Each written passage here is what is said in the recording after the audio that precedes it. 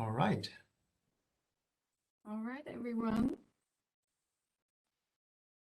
So, welcome, everyone. On behalf of the UN Environmental Program and the UN Planet Network, I would like to give you a very warm welcome to our official launch of the guidelines for providing product sustainability information in an e-commerce setting.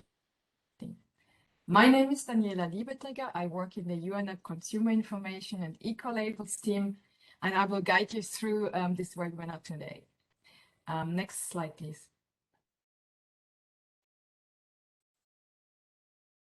We will start off with an introduction to the Consumer Information Program within the One Planet Network, provided by my colleague and program manager, Niels Hoyer.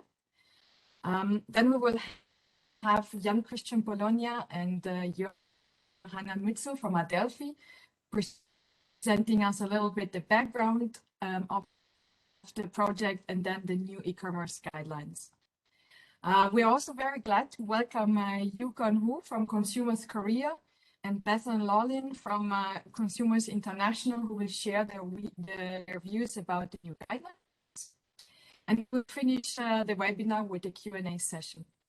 Just to let you know, please do use the chat to send us your questions, comments, suggestions. And if we should not have the time to answer all of them today, we'll get in touch with you later on. And now I'm handing over to Niels for the introduction. Yeah, thank you very much, Daniela, and welcome everyone to today's webinar. I thought before we start going into the topic of the guidance on e-commerce, I just wanted to give a quick overview of the Consumer Information Program and the One Planet Network under which we developed this output in a multi-stakeholder collaboration effort. So next slide, please. Yeah, basically the One Planet Network was established in 2012 as a multi-stakeholder network and a global movement on sustainable consumption and production, and is operating through 6 different programs with over 600 partners, a lot of UN agencies involved, and also over 130 national focal points from different government representatives. And yeah, the aim is to accelerate the shift to more sustainable consumption and production.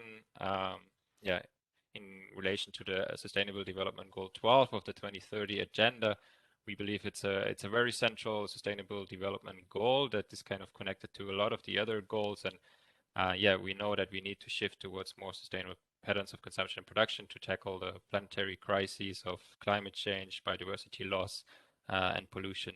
Next slide, please. So in the Consumer Information Program of the One Planet Network, we are supporting the provision of quality information on goods and services and develop effective strategies to engage consumers in sustainable consumption. And one of the aspirational goals that we formulated is to work towards companies providing credible sustainability information on at least 50% of products and services. So we believe it's, yeah, the credibility of the information is really central, because we see that there's a lot more information on sustainability now on products and services online and in retail, on package and so on. But yeah, quite often the credibility is not very clear to the consumer, and that creates confusion and also distrust. And this is why we really work towards yeah, strengthening the credibility with some of the guidance materials that we produced. And also, yeah, the Consumer Information Program is co-led by 3 organizations, 2 ministries of environment from Indonesia and Germany, and also Consumers International. Next slide, please. Here you can also see the network we have in the program. So we have 22 multi-stakeholder advisory committee members. Many of them also contributed to the development of these guidelines through their consultation processes we had. And then we have also over 100 partners across the globe. Next slide, please. Yeah, and under the program, we operate mainly through different working groups. So we have one working group on the guidelines for providing sustainability information, our flagship resource, about which we will also hear much more today in the webinar, because this is kind of the origin that we based also the e-commerce guidance on, and then also some other topics like eco-labels, product lifetime extension, and biodiversity communication. Next slide, please. And here's just an overview of also the communications that we do in the program. So I think many of you might already be subscribed to our newsletter. It goes out every 2 months with updates from the program and the partners. And then we also organize like events like today's webinar. We also have social media channels and the website where you can find all the newest information from the program and the partners and all the relevant resources around sustainability information for more sustainable consumption and production. Next slide, please. Yeah, and with that, I hand over back to Jan Christian and Johanna for the presentation. Yeah, thank you very much, Daniela. Thank you very much, Niels, and also a warm welcome to the audience. Yeah, today, as already mentioned, we will launch the guidelines for providing product sustainability information in e-commerce. My name is Jan Christian Polania-Giese, and I'm here today with Johanna Mützel, and we both work for Adelphi. Adelphi is an independent think tank and public policy consultancy. We are based in Berlin. Yeah, now today I will just go to the guidelines and start with a little challenge first that we kind of identified.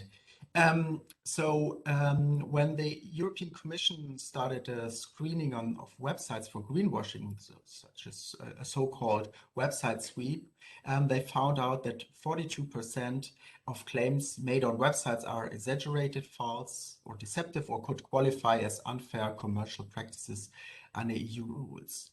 So this is the challenge that we accepted together with the working group. So what we want to do with those guidelines is to solve this question: how can we enable sustainable consumer choices in the e-commerce context? And so what we now did with this project is that we developed specific guidance for the e-commerce sector to improve their product-related sustainability information. And as already introduced by Niels, we did this together with the multi-stakeholder working group 1 from the Consumer Information Program of the One Planet Network. And already this has also been mentioned that we did not have to start from scratch. So what we did with this project is to extend the already almost 5 years existing guidelines for providing product sustainability information. And so we developed supporting documents to apply those guidelines for the e-commerce settings. First we identified the status quo of online communication, product sustainability. So we did a desk research, we ran a couple of interviews, and we also consulted with the working group.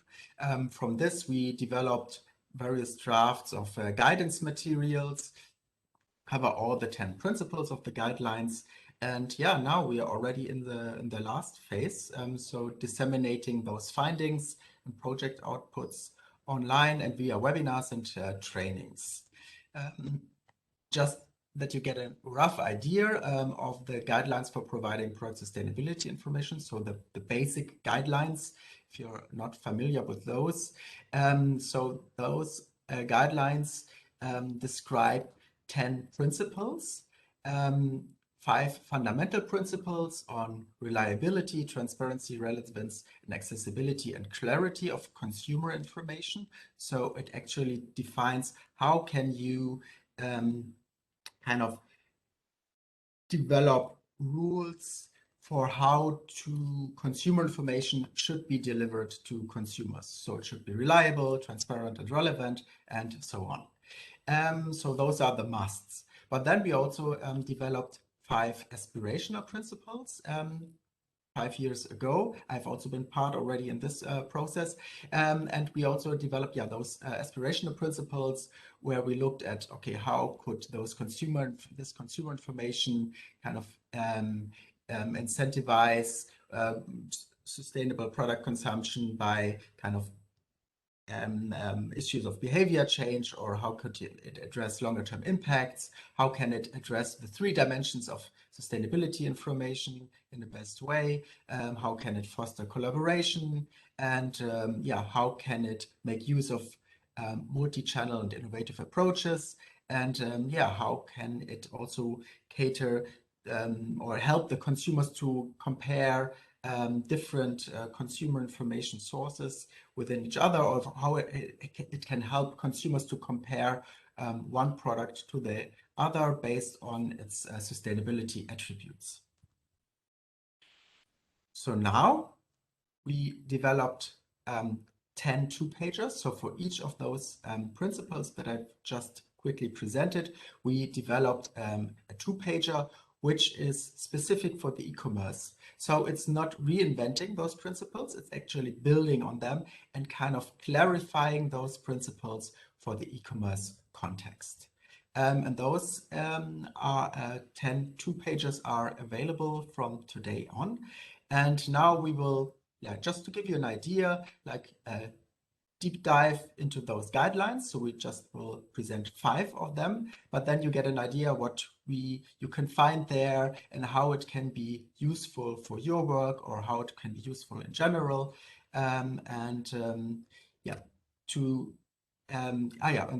Before we come to that, I will just share you a little insight in the interviews that we conducted. So we also we're not just consulting with our working group, we also involved external members, but for instance, Philips, they are part of our working group, and also Adeo is joining this working group now. But we also further conducted an interview with Amazon, with Farfetch, with Jumia, the avocado store Rakuten, and Zalando. What we found out in those interviews is that some of those platforms already started doing something. So they are more or less in pilot phases, or they're still in the development phase. But yeah, in terms of reliability, we found differences between the platforms, not only those we consulted with, also with the ones which we checked online without talking to the owners of those platforms. But what came out of those interviews and what was interesting is that they all wanted more standardized information. So what they want is they wanted guidance, how they can provide those sustainability information to consumers. And yeah, that's what we want to address with our guidance document here. And now let's jump into the guidance document. To make it a little bit more livelier, we developed those 5 personas. So say hello to our online shoppers, Tom, Haya, Mikwali, Feng, and Olga. They are quite diverse also what they expect from sustainability information. So for instance, some of them want that greenwashing finally stops also in the e-commerce sector. Some of them want to find the sustainability information more easier than it is right now. Some of them just want a good product and they don't care if it's sustainable or not, but maybe they're open for sustainable products as well, but they don't go into their shopping with kind of the attempt to find sustainable products. But if they find good products which are by coincidence then sustainable, or where the sustainability attributes convince them, they would also purchase them. And some of them just want to get more informed what is sustainability anyway, so they don't have like a big background knowledge, and that should also be addressed by the e-commerce platforms where they do their shopping. All right, so then let's jump into the first principle, and this is the principle of reliability. Okay, now here it comes. So now, how can e-commerce platforms ensure reliability in terms of providing product sustainability information? So now our persona, Tom, wants to buy a sustainably produced t-shirts. So he has already looked at several marketplaces where he finds them, okay, all of them market their products as sustainable, but yeah, actually for him it's hard to find the evidence for those claims, and he also wonders, like, if this information is there, like, can it be trusted? So if he finds a t-shirt which is marketed as sustainable, can he actually trust that it's sustainable? So what we demand from e-commerce platforms with our guidance is that they must provide reliable information to consumers. So they must verify the sustainability claims that appear on their platforms, because the platforms are not always responsible for the information, or not always responsible for the information that is there on their websites, because that could also be developed by the marketplaces that you find there, by the sellers themselves. But we demand that those sustainability claims that are provided by the e-commerce platforms directly or indirectly must be verified. And how can this be done? In the case of eco-labels, we demand that the e-commerce platforms conduct a database comparisons, for instance, based on an EAN number or a GTIN number, which is a unique product code, which they have in their database and which also should be in the database of the certifying organization. And when they can find the product also in the database of the certifying organization, then it can be displayed on their website, because they must check if the eco-label, for instance, is still valid, or if it ever has been awarded to this product. This also goes in the direction of providing transparency. So that is also the other principle, which we'll not present here in detail today, but which is also part of the guidance documents. And now I hand over to my colleague Johanna, who will present you the problem Olga is facing when doing the online shopping. Thank you, Jan Christian. So the next principle that we want to discuss is the question how to ensure relevance in an e-commerce setting. And to give you a bit of an idea what is meant by that, we will look at the story of Haya, who would like to buy a new laptop. And she's looking on an e-commerce platform, and she searches for sustainability attributes using the green eco as keywords. And the results list, they provide her models of laptops that all have sustainable packaging. However, Haya is already a bit knowledgeable about sustainability, and she knows that packaging would not be the most important part when it comes to looking for a sustainable laptop. And this is basically the key topic when we're talking about the principle of relevance, that as an e-commerce platform, you must check whether the highlighted claims are actually addressing hotspots on the products. So what we mean by sustainability hotspots is that certain products have, throughout their life cycle, phases that are more important or less important with regards to their sustainability performance. And it often happens, especially on e-commerce, that claims, very broad sustainability claims are made about products which are actually not addressing the most urgent issues with these products and within the life cycles of these products. And this is why the principle of relevance is really urging to double check whether the sustainability claims are made are relevant to the product at hand. So the second recommendation that we're making here is that e-commerce platforms must consider the use phase and also the end of life phase as an important part of the product life cycle and address its relevance to consumers. And this will be part of this laptop scenario, for example. So if you want to buy a sustainable laptop, then the energy consumption of this laptop would, for example, be important for you and probably be more important than the sustainable packaging. What we also would like to highlight here is that this principle can closely be related to another principle, one of the 5 aspirational principles, in fact, which is the 3 dimensions of sustainability. This principle highlights the importance that you always have to consider the environmental, economic, and social dimension of sustainability and should not focus on only one dimension. And we think this is also very closely related to relevance, as you could always ask the question, which dimensions of sustainability are particularly relevant in this context, and how should I present these different dimensions to make sure that I'm actually providing information that is important for the sustainability performance of the product at hand. And with this little story about the laptop, I would then already hand over to the next principle. Okay, thank you, Johanna. So now we have here Mikuali, who is kind of a heavy online shopper. And yeah, he shops various products from books to clothes to groceries. And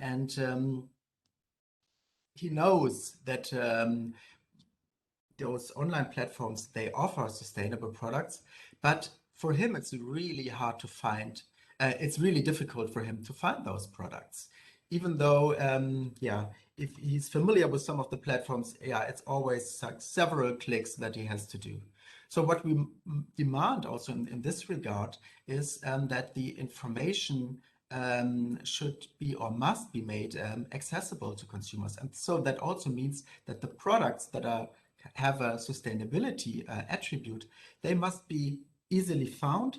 And then also the information on the sustainability must be easily accessible. So provided just by a simple click.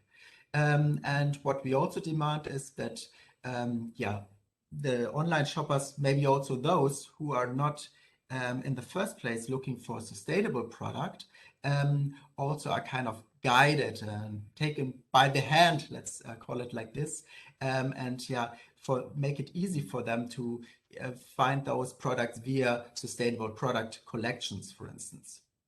And what we also demand is that when you search within the database of an e-commerce platforms, that also the products with the sustainability attributes are also pushed higher in the rankings, so that you at least find them as an alternative.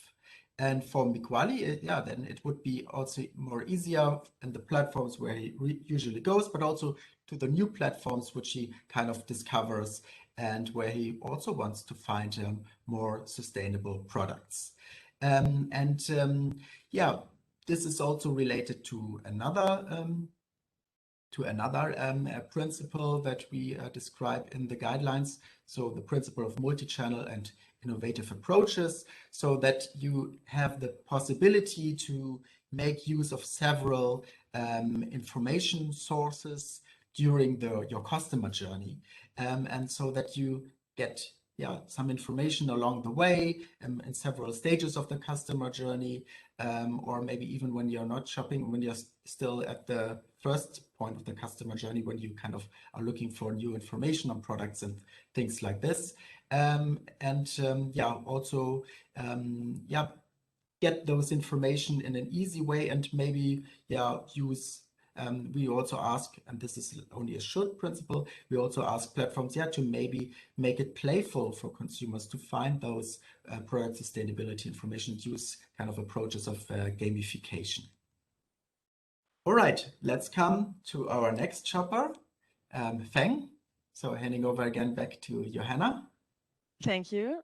So Feng is presenting the example of another aspirational principle, which is behavior change and longer term impact.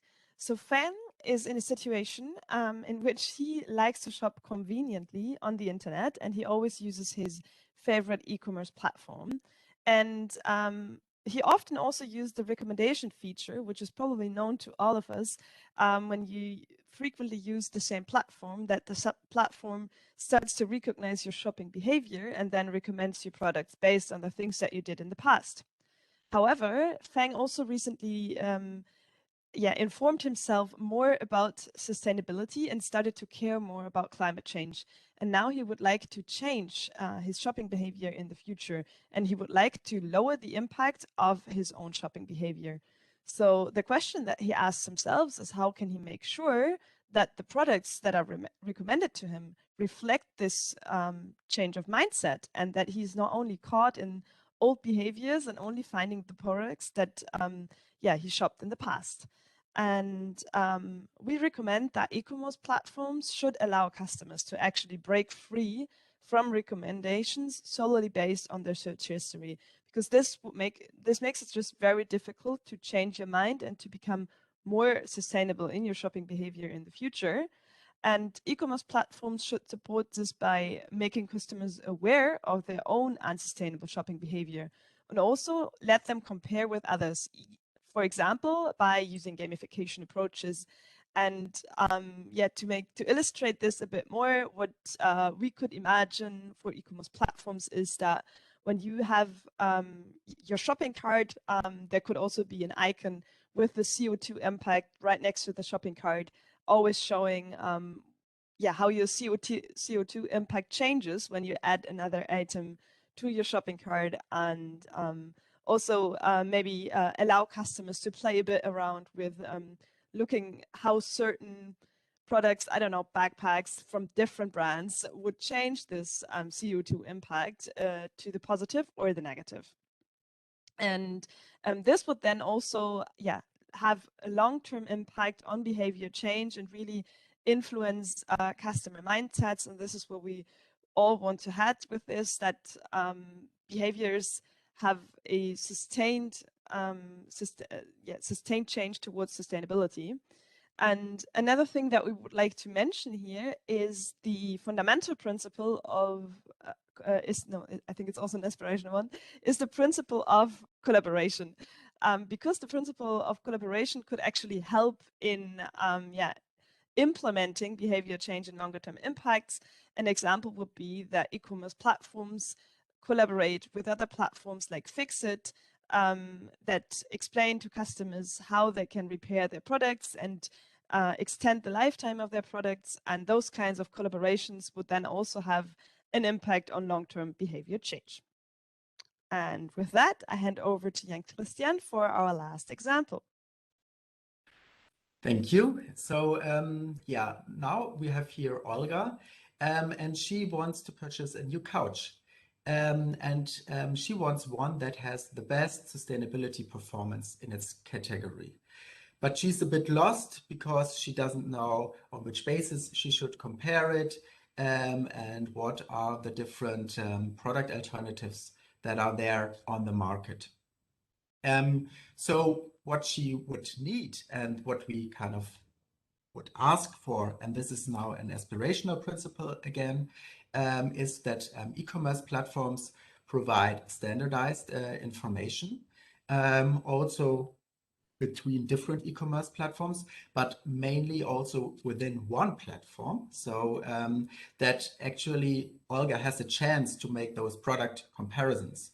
And what would be really good for Olga would be that she could do an intra-product category comparisons, so that she, for instance, can list two couches alongside each other and compare the specs. And also compare the attributes of sustainability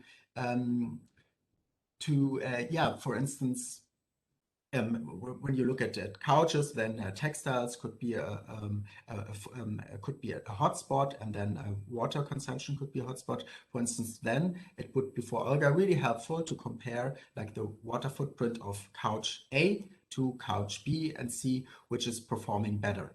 Of course, in the end, she has to take the final decision, and sometimes maybe you have different sustainability attributes listed to each other, and then, yeah, it would be also helpful for her that someone else takes a decision how do those different impact categories relate to each other, what is maybe more important, what is less important, or are they all weighted the same? But at least she needs some tools, she needs some help so that she can take an informed decision. And of course, this is also related to one of the fundamental principles, namely the principle of clarity, because with clarity, then a lot of starts when it comes to consumer information, because you're not only depending on relevant and reliable information, but also that the information is provided to you as a consumer in a clear way that you can understand it and that it's not misleading. So for this, we also provided guidance for the e-commerce example, for the e-commerce setting. And this was just a little kind of dive into the guidance documents. You will find much more information in the full publication for all those 10 principles. And what we also would recommend, not only look at the guidelines for the e-commerce sector solely, but also look at the original guidelines for providing product sustainability information, which is more general, not that specific for the e-commerce, but I think it helps you also to better grab those 10 principles that we have just briefly described here, and which are also briefly described in the e-commerce guidance. But if you want to dig deeper, then we would also recommend you to look into those original guidelines. And just as a starting point, you could also check out the video, which is presenting the guidelines. Just, yeah, if you have a lack of time and want to just get a quick idea what it is about, then we recommend you this little video. Now, before we open the discussions, we also have two guests that were already announced today. So we have Yukion who is the Executive Director at Legal Counsel from Consumers Korea. We are really happy that you're with us tonight. I hope the technical problems could be solved, and now you could give us a little perspective on kind of your way at looking at consumer information in the e-commerce context, and yeah, maybe comment a little bit what you think about those guidance documents and how this could be helpful for your work. So, thank you. So can you hear hello. me? Yes, we can. Okay, great. So hi, I'm happy to be here. Thank you for having me and allowing me to join this meaningful discussion. So the guidelines on sustainable information on e-commerce is, in my opinion, very timely, very important, and addresses in a very comprehensive way several issues that consumers face when they're shopping online. So I couldn't agree more with the principles and the contents set forth in the guidelines. So I'd like to share with you a few contexts of the Korean consumer e-commerce experience and sustainability. So during the pandemic, we all know that there's a huge convergence of e-commerce and digital economy with traditional consumer issues. However, we found in Korea that consumers perceive information very differently when they're shopping online when compared to their shopping in stores. So in a recent survey, 1/3 of the Korean consumers experienced a lack of information or misinformation when they were shopping online. And less than half of the consumers actually read the fine print. In this particular study, the fine print was the food nutrition labels when they were shopping online. So access to information online is very challenging.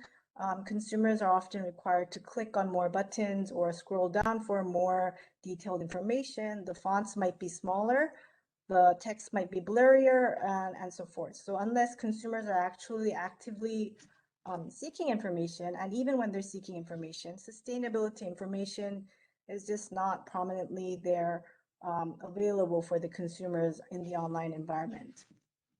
So that's one challenge that we face. And another is the prevalence of the large online marketplaces with third-party sellers selling products across multiple platforms creates a unique challenge for the consumers when they're searching for products and choosing services and products. So first of all, there's legal uncertainties. Who should be liable for the damages? Consumers are unsure where to file the complaints or the disputes, and information, in some cases, information on the exact same products are inconsistent across the different online platforms. And more recently, an increase in e-commerce activity after the pandemic has raised consumer awareness on sustainability, specifically on how products are packaged and sold online. And one area that we found was very salient after the pandemic was on how food and grocery deliveries were done online. So this area is an area where it grew exponentially in Korea, but consumers were very unhappy about the ways that the products were packaged. The plastic packagings are often unrecyclable, and there were too many boxes, too many bags, and unrecyclable package was very often used for the delivery. So there are actually no sustainability guidelines in this sector, in this industry currently in Korea. So this shows the realities of the fast changing e-commerce environment and the challenges that we face to keep up with these changes. So we appreciate that the guidelines here that you set forth is very comprehensive. And I find that especially with regard to the aspirational principles, it's in a sense future-proof to deal with upcoming challenges and for consumers in the sustainability context. So specifically, we welcome that the guidelines encourage the active role of the online marketplaces in general and emphasizes the responsibility of the online marketplaces to enhance consumer reliability. We also welcome that the guidelines push the online marketplaces to go beyond just being a passive transmitter of information, but actually have it pushes the platforms to play a more active role in producing, verifying, and creating consumer-friendly formats, algorithms, and formats of information on sustainability.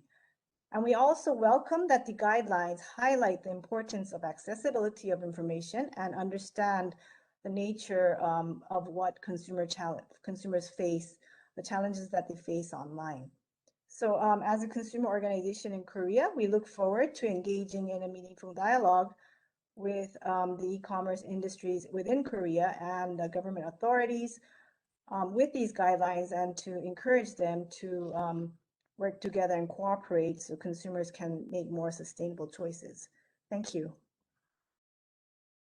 Thank you very much for your interesting perspective, and also, yeah, it's good to hear that our guidelines go in the right direction, and yeah, that they might be a useful tool also when starting the conversation with e-commerce platforms or continuing the conversation with e-commerce platforms on how they must or should provide product sustainability information. So thanks a lot. Also, thanks a lot for kind of pointing out the dynamics that we now also find in the e-commerce sector, which have been pushed by the pandemic and which are still kind of pushing this along. So e-commerce is here to stay. I think also, like, when we kind of tackled the challenge with the pandemic, it will still be like a very important part of shopping behavior or the shopping routine. Or even though there might also be kind of mixed forms, but it's here to stay, and digitalization of consumption is something which is more and more prevalent. Thanks a lot. So now we come to our next invited speaker. It's almost hard to say that you're invited because you're kind of also part of this whole processes, because Consumers International is a long-standing, not partner, it's even like the co-lead of the Consumer Information Program. But yeah, Bethan, so thank you for joining us today again, and for sharing like your perspective. So now the floor is yours. Thank you so much, Christian. Yes, so a real pleasure to be here and also to follow this work throughout the last number of months on its inception and creation. It's been a really fascinating thing to be involved in. So as Christian said, and also Nils at the beginning, Consumers International is one of the co-leads of the Consumer Information Program, but we are also a consumer organization. So we're the member consumer organization for consumer advocates around the world, of which Consumers Korea is one of our members. It's really lovely to see you, yukion. We bring together 200 members across 100 countries, and so today I thought I'd give the sort of slightly more global approach and also just some reflections on why this is such an important and fascinating piece of work. So I think a lot of it's been said already, but one of the real benefits of these recommendations and the guidelines when I was looking through them and working on them is that they're future orientated. And what I mean by that is that we're seeing more and more consumers getting access to not only Wi-Fi and the internet, but also online marketplaces. And so we're seeing a huge boom in e-commerce internationally. And we're also seeing e-commerce platforms starting to find ways and innovate ways to communicate about sustainability to consumers, as we've seen in the case studies on these 2 pages. And so these guidelines represent a really important benchmark by which these new emerging attempts by e-commerce platforms can be judged against when we're assessing the quality of consumer information around sustainability. So a really, really helpful addition. I think there was some work that we've done earlier this year at Consumers International where we did a survey with our members around COP26, but we also asked them for some quite specific questions on their relationship to consumer information. And I thought I'd highlight a few of the stats because I think they're quite interesting. So we found that 94% of the consumer advocates that we spoke to say that sustainability is increasingly important to consumers in their countries. However, we also found that 50% of advocates say that consumers are unaware of the changes that will need to take place within consumption to reach net zero. So we can see that there's a difference between intention and action, and a lot of that is to do with education and awareness. So again, these guidelines can play a really important role in filling that. We also found that 2/3 of advocates say that availability is a huge barrier to consumers in accessing sustainable goods and services. Now, availability also includes cost. So we have to think about how accessible these products are to people. And finally, we found that 50% of consumer advocates say that environmental labels, awareness of environmental labels is low or very low in their country. So we, one of the really exciting things about this piece of work that I think is that it can help sort of gradually raise awareness in consumers about what good environmental sustainability information looks like, what good third-party certification looks like, what high quality communication and high quality goods actually resemble in online spaces. And so I'm going to sort of finalize with a few things that we consistently hear from our membership about what consumers need, and a lot of it has been said before, so I'll sound a little bit like a broken record, but we need sector-wide comparability, so not just between products that are done by one business, but products across a range of businesses, and then that can again help to increase awareness and understanding, and also ease in accessing sustainable goods and services. Third-party certification is absolutely paramount. And for businesses in particular, there's a need, and this comes back to the issue of greenwashing, to not only change your messaging, but change your supply chains. And I think these guidelines have a really important role to play in outlining how that can take place, and yeah, the work that needs to happen.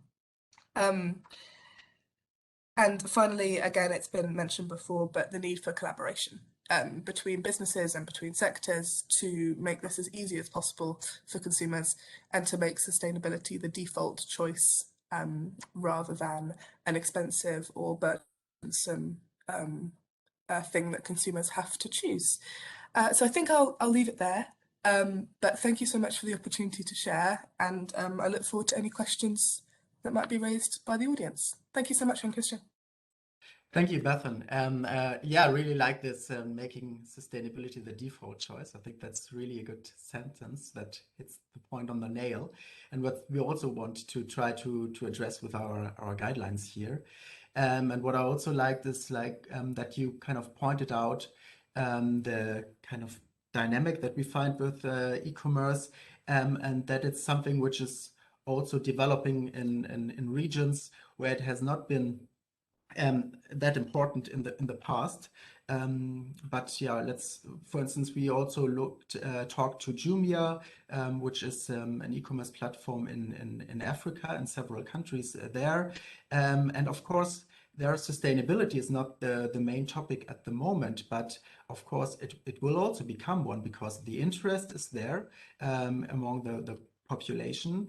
Yeah, when some of the let's say logistical obstacles, I think, are more and more solved, then also consumers will also turn to those attributes, and they will gain more and more relevance also, yeah, for their shopping and consumer behavior there. thanks a lot to you. And yeah, now before we come to the questions of the audience, I already looked that there is already a couple of feedback in the chat. Just quick outlook or on the questions.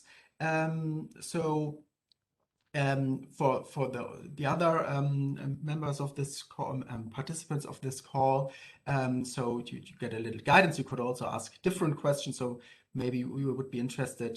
So what is your first impression in the guidelines? Or yeah, what are relevant initiatives that the e-commerce guidelines should be presented to or aligned with? Yeah, maybe one of you is also eager to try them out and pilot them, and then let's please get in touch and already kind of flag your interest here today. So this is just a kind of some questions that could help you develop some questions. The guidelines will be available today, so we will also send you the link.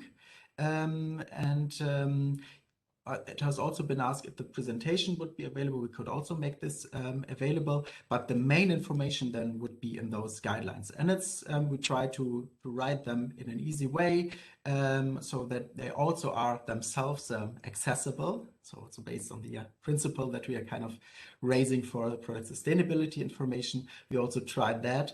And I think, you could find comprehensive information on this topic.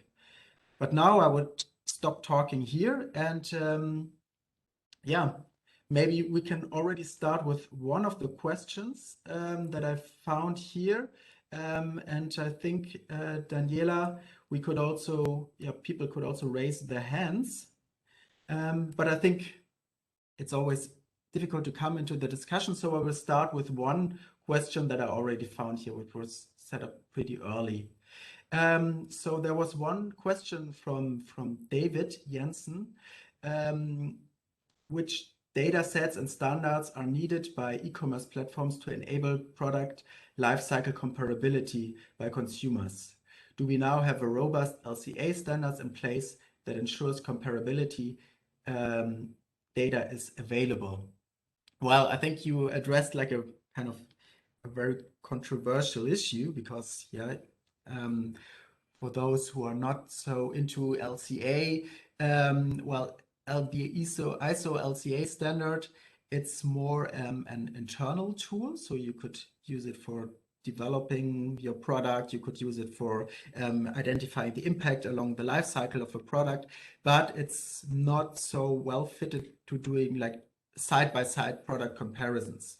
So I think now here it's really important that we should not wait until like the PEF process, the product environmental process, footprint process by the European Commission is ready, because that aims at actually product comparability directly on the number. I think what we want to address with our guidelines here is to kind of allow the consumers to have like an idea on the relations. So what I think is not necessary that you compare something like, okay, let's say one product has a 100 liter water footprint and the other has like a 99 footprint of water consumption.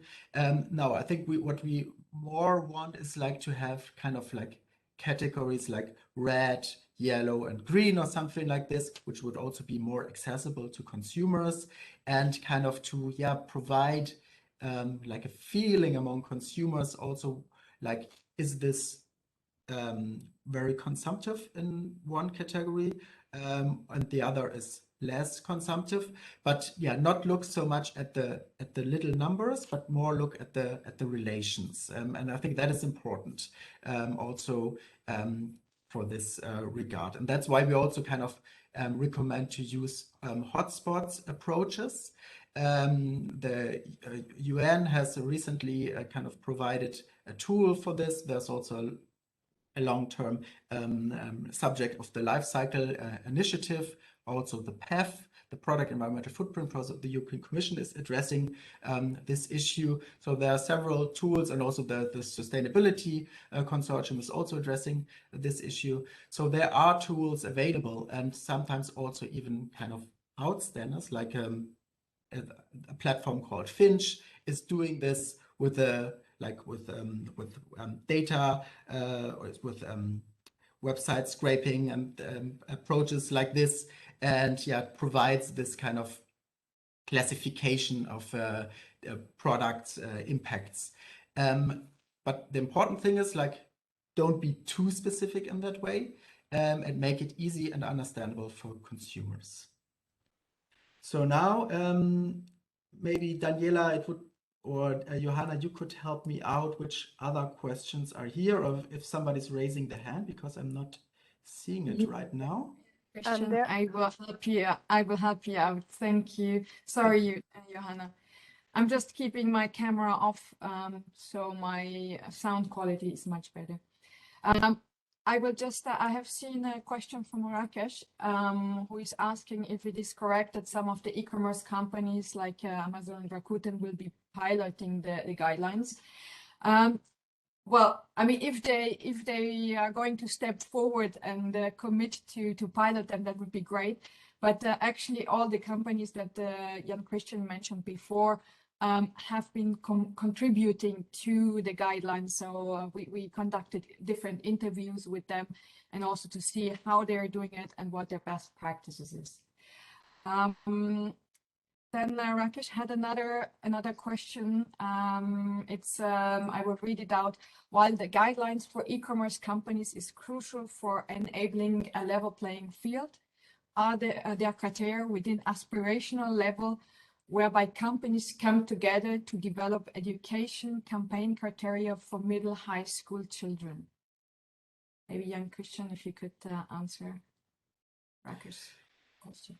Yes, I'm not sure if I've entirely understood it, but what we are also doing, and this goes more into the direction, because we were not kind of looking into the educational aspect, but what we want to do for those guidelines is to develop training materials, which is more addressed as kind of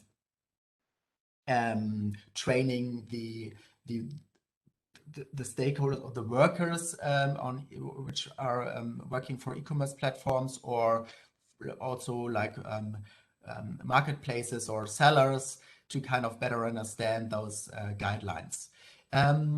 What we request from the e-commerce platforms is to also provide some background information, which maybe is not 100% suitable for the high school context, but the information should be accessible. It should be really easy to understand, because yeah, you know, every online shopper is different, has a different background, has a different understanding. So yeah, it should be really easy for them to understand this information. And what we also kind of request with those guidelines is to have like a multi-layered approach. So first you get like the information really condensed in a condensed way, like just one sentence why this product is sustainable. And then you can click on to it, and then you get to the next layer, and then you get more information why it is more background, why it is sustainable. And then you more further click, then you get kind of a link to further sources of the information, where you could also find further information. So yet you can also, yeah, kind of make the information more digestible for consumers. That is what we want. I think to translate this into the e-commerce context, and also kind of train consumers what they should look at, I think that would be a second step, which we cannot kind of comply with within these guidelines. But of course, the principles are in general, but I think it must be tailored for consumers, because our target group with those guidelines are the e-commerce platforms and the sellers there, and also other stakeholders who are kind of communicating with e-commerce platforms. For instance, NGOs, consumer organizations who are kind of communicating with e-commerce platform and demanding more standardized information, demanding a higher quality level of information on e-commerce platforms. And of course, another target group are policymakers. And so they can make use of those guidelines and kind of use it for national regulation, or also kind of translating this into their national context in form of national guidelines or supporting documents. That's what we are aiming. That's the target group we are aiming at. Thanks, Jan Christian. I actually have here a question from Björn Erik to yukion. Only a few years ago, there was a lot of focus on carbon footprint labeling of products, and Björn Erik learned visiting Katie. Compared to life cycle eco labels, that is a very limited environmental info. How do you in consumers' Korea see this dilemma? So yeah, thank you for the question. So I was actually trying to type in the answer right now. So, but yes, I do believe that the label that was focused on carbon footprinting was limiting, but Korea also has a different like eco mark that is a bit more comprehensive and looks more through the life cycle of the product. But I do agree that because these government labels, government sponsored labels, are confusing for consumers, and they just, because there are like several perhaps different government agencies out there producing different marks and labels based on different criteria, it's actually more confusing for consumers to fully understand what even the government standards are out there and trying to understand the meaning. And I think we as consumer organizations, we could generally push the government to try to be more transparent, clear about what exactly those each of those labels mean. Yes, thank you for your question. Thank you, yukion. And I will take one last question from Tanya. With businesses needing to verify eco-claims, what protections and/or guidance will be put in place for small, medium enterprises who may not have the resources to conduct the verification and therefore lose market share as a result? Yeah, thank you very much, Tanya, for this interesting question. Yeah, for smaller companies or medium-sized enterprises, it might be a challenge. So that's what we are also requesting, is that also on the certifying organization side, it's also made easier to make this database comparisons. Like, let's put it to that case of ecolabels, because then it's a bit more easier to explain. It's also, I think it's a bit more easier also to conduct this verification process. We also demand then that kind of this processes are set into place. And I will present you an example because we are also leading the work for the EU Ecolabel Help Desk. So we have been commissioned by the European Commission to run the EU Ecolabel Help Desk. And there we are now setting up a process to make it easier in our, let's say, our product catalog for the EU Ecolabel products, labeled products, to make those products better identifiable. So now we are approaching the competent bodies and also the license holders to upload those unique product identifiers, which is, for instance, a GTIN code, so that, yeah, actually a platform, be it a smaller or a larger one or another e-commerce seller, yeah, just can have it in an automated way to make those product comparisons. So they don't have to kind of ask for an Excel sheet, but yeah, to have like this information much more easier accessible and yeah, make it comparable and see like, okay, what products are labeled, actually where the expiration date is close or already has been surpassed, and so a product could not wear this label anymore. So we also, yeah, I think need a platform where this could be done. We are providing this within the EU Eco label. Also other type 1 labels are allowing those platforms or are working in that regard. But I think this also needs more push. So I understand for SMEs, it's still a bit difficult to do that.